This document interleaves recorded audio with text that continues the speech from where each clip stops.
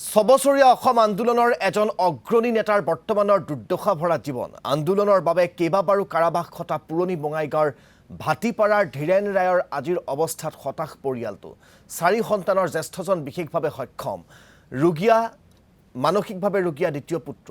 উপাৰ্জনৰ কোনো পথ নথকা এই পৰিয়ালটোক ঢুকি নাপালে কোনো চৰকাৰী আঁচনিয়ে আছু নেতৃত্বও কেৱল মানপত্ৰ দিয়েই সামৰিলে দায়িত্ব এই সন্দৰ্ভত আমাক সবিশেষ জনাব সীমান্ত চৌধুৰীয়ে 6 বছৰীয়া অসম আন্দোলনৰ সাক্ষী বঙাইগাঁও চহৰৰ পৰা কেৱল 5 কিলোমিটাৰ আঁতৰৰ ভাটিপাৰা গাঁৱৰ বাসিন্দা ধীৰেন ৰায়ৰ ঘৰত মই এই মুহূৰ্তত আছো প্ৰথমতে মই ঘৰৰ পৰিৱেশটো দেখুৱাই ল'বলৈ ওলাইছো ধীৰেন ৰায় অসম আন্দোলনৰ সময়ত নিৰ্যাতিত আৰু তেওঁৰ পৰিয়াল এই মুহূৰ্তত আছে 4টাকৈ সন্তান তেওঁৰ আৰু জ্যেষ্ঠ সন্তানগৰাকী শাৰীৰিকভাৱে বিশেষভাৱে সক্ষম খৰ্গেশ্বৰ ৰায়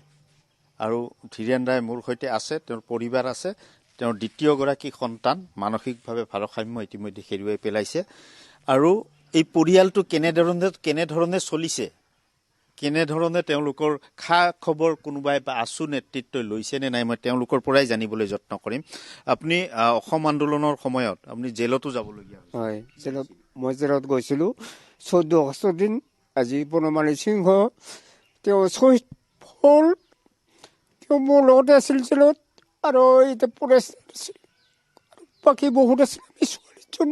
44জন গ্ৰেপ্তাৰ হৈছিলোঁ তেনেকৈ আজি আছুৰ ফালৰ পৰা মই বহুত যুঁজিছোঁ অসম ৰাজ্যিক নিৰ্যাতন সমিতিৰ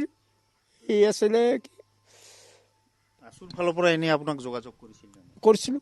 আপুনি কৰিছিল মই কৰিছিলোঁ সঁহাৰি কিবা পাইছে নে নাই একো দিয়া নাই বৰং মই কি নাম কয় DC অফিচত এপ্লাইও কৰিছিলোঁ এপ্লাই কৰাৰ পিছত বঙাইগাঁও আছুৱে বন্ধ কৰি দিয়া বুলিও মই খবৰ পাইছোঁ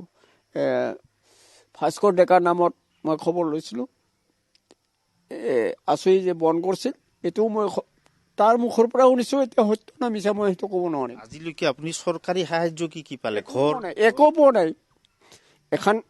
খালি কংগ্ৰেছৰ নামত আপোনাক এখন কম্বল পাইছোঁ মাত্ৰ আপোনাৰতো বয়স 67 বছৰ 67 নাই সেইটো মই অৱশ্যে এনে যোগাযোগ কৰা নাই সেইটো কথা মোৰ ব্যক্তিগত কথা কাৰণ মই একটাই কথা কওঁ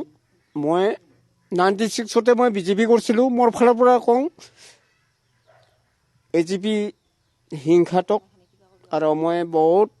মানে হৈছিলোঁ আপুনি ৰাজনীতিক দলৰ সৈতেও জড়িত আছিলে কিন্তু তাৰ পিছতো আপুনি একোৱে পোৱা নাই একো পোৱা নাই আছু নেতৃত্ব খবৰ নল'লে